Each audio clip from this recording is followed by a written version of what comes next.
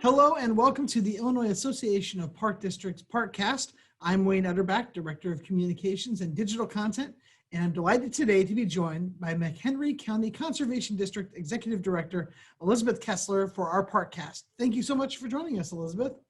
Well, it's my pleasure. Thank you for the invitation. I've been waiting to have this opportunity to be part of this program. All right. Well, I'm very excited to talk with you a little bit about what your agency is doing right now. And I just would like to start off by asking, what can you tell me about your district and what makes it stand out and what makes it unique?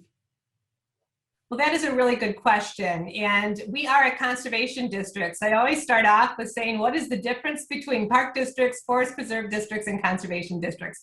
Well, we're alike in that we all believe in parks and open space and that it's good for you. But as a conservation district, we are one of 5 in the state of Illinois. And we happen to be one of the largest ones. And we connect next to some of the larger forest preserve districts in Lake County, Cook County, Kane County, and then Boone County Conservation District is to the west of us. And with that, statutorily, we're under the Conservation District Act of 1963, and we protect and manage our open space for their intrinsic value with or without access to the general public.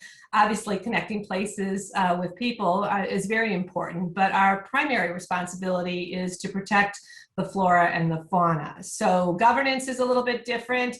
We're more conservative in the resources from a property tax perspective, and we are conterminous with McHenry County. So there is no forest preserve district in McHenry County. It is us, and we provide those open spaces and recreational pursuits. Now, what's visitation been like since the pandemic started? I know it's kind of been a strange time.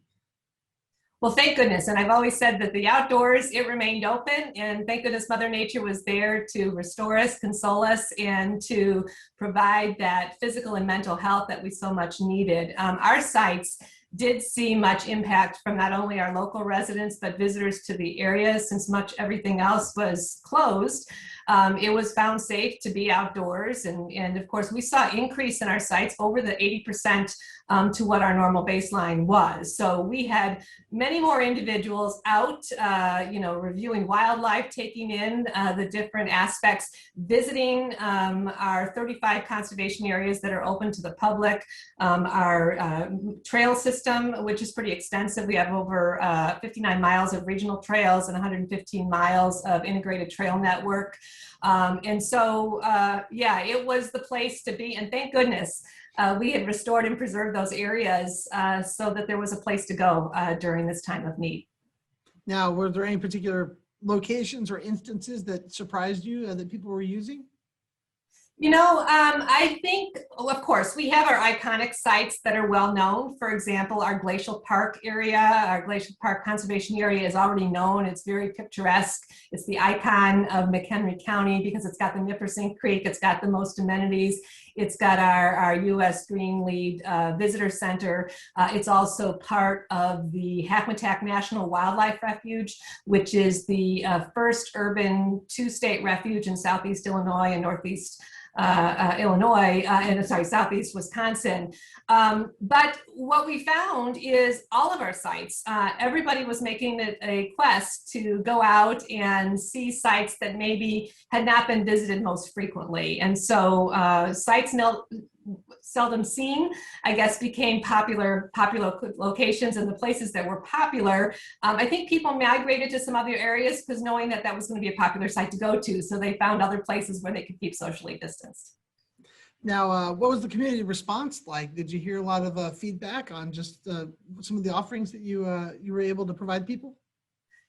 Absolutely. We were on the front when the pandemic hit and being able to pivot, as all agencies did, with investments that we had into social media and being able to adapt some of our environmental education outreach programs through a lot of creative programs, Tom Talks, outdoor wild events and things like that we could do demonstrations online.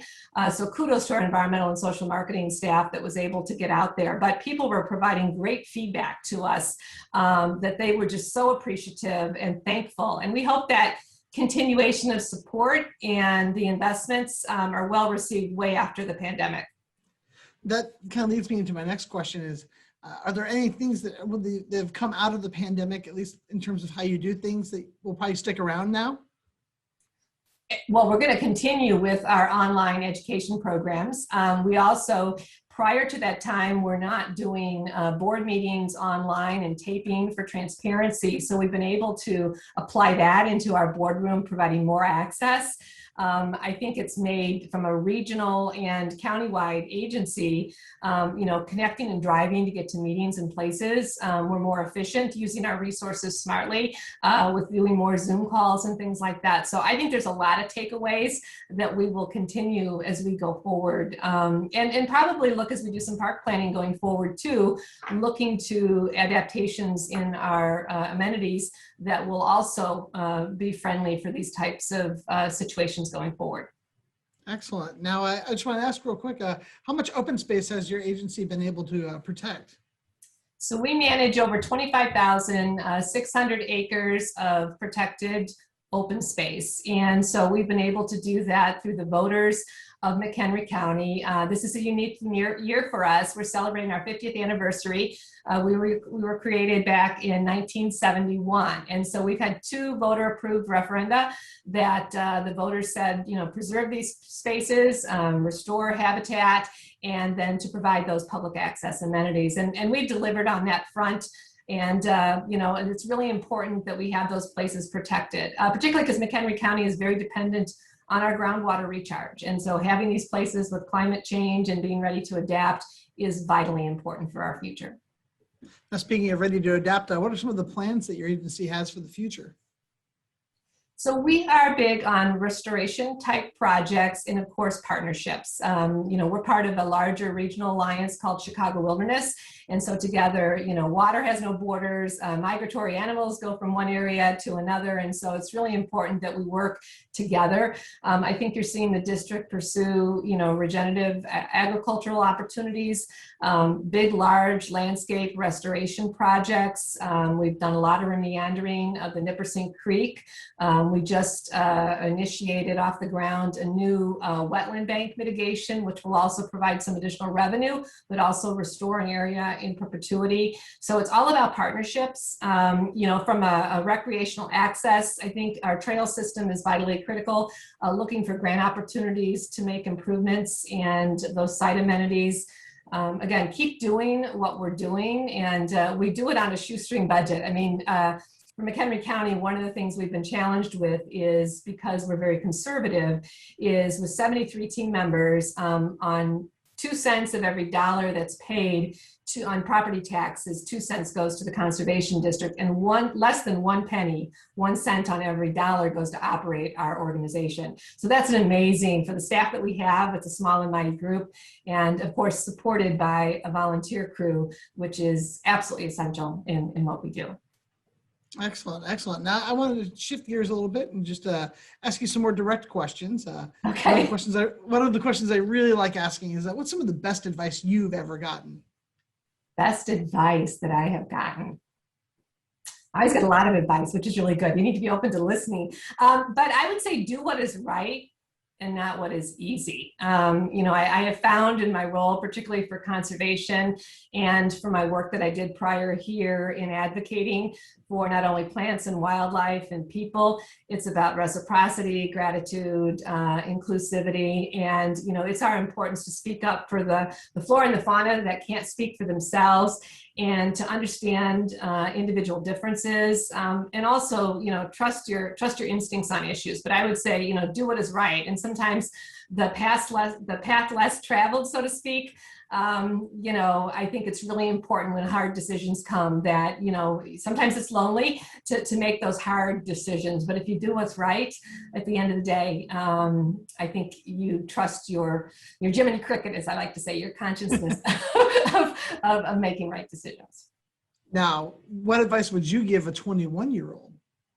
Oh my goodness. Well, and I've got 2 boys that are grown up now, and I love to mentor, but I also, my background, not only have I focused, but I was in the arts, and I did a lot of work as a dancer and in a studio and trying different things. And I too, I would say, life is not a dress rehearsal. It's really important. One of the quotes that I love quoting Disney is dream, believe, dare, and do. And, follow your dreams and your passion, know your why, and be the one who takes on challenges, staying focused, practice, practice, practice. I mean, you can aim for perfection, but that's an unrealistic goal. But if you invest in yourself and you know that life's not a dress rehearsal, but you be the best to be the best that you can be, I think that's really important. And of course, as much as you have confidence, confidence comes by experiencing, but be humble and be grateful and for the opportunities that you're given. And I think that's the best advice that I could have. Love what you do. Love what you do. You'll never have to work a day in your life, right? But be Exactly. true. Be true. All right. Now, one or a few more questions, but the next question I'd like to ask is if you could go back in the history of your conservation district and talk to one person, who would it be and why? That is a great question. I love that question. Fortunately here, as we go back 50 years, one of our founders, Bill Howenstein, who served on our board of trustees, actually, he's still with us today. So I've had that conversation. And when I first took the job as executive director, I also had the opportunity to speak with Ken Fisk, who was the executive director for the Conservation District Act and helping get that created. But if I was to go back in history, though, I think a piece of our history that I would love would be to speak with Jane Addams.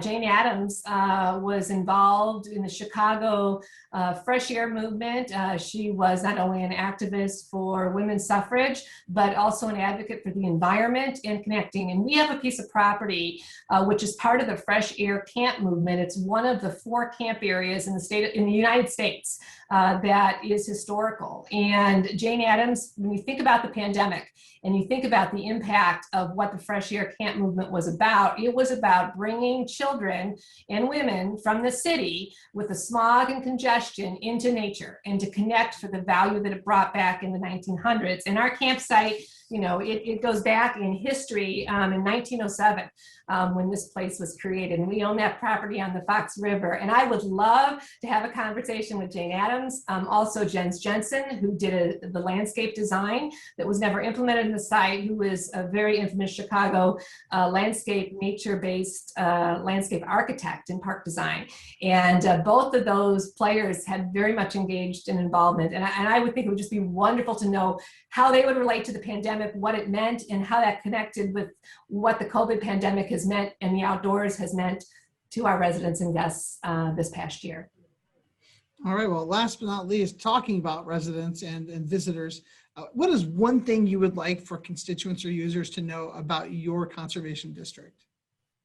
Well, it's not our conservation district, it's their district. And we are so grateful that they've been wise to invest and support us and will continue to do so for years to go forward, next 50 years and beyond. I think each area that's been preserved and protected has many treasures and gems that are to be discovered and to live in balance with the natural world and just to really love those places. And we hope that they get out and then they also give back.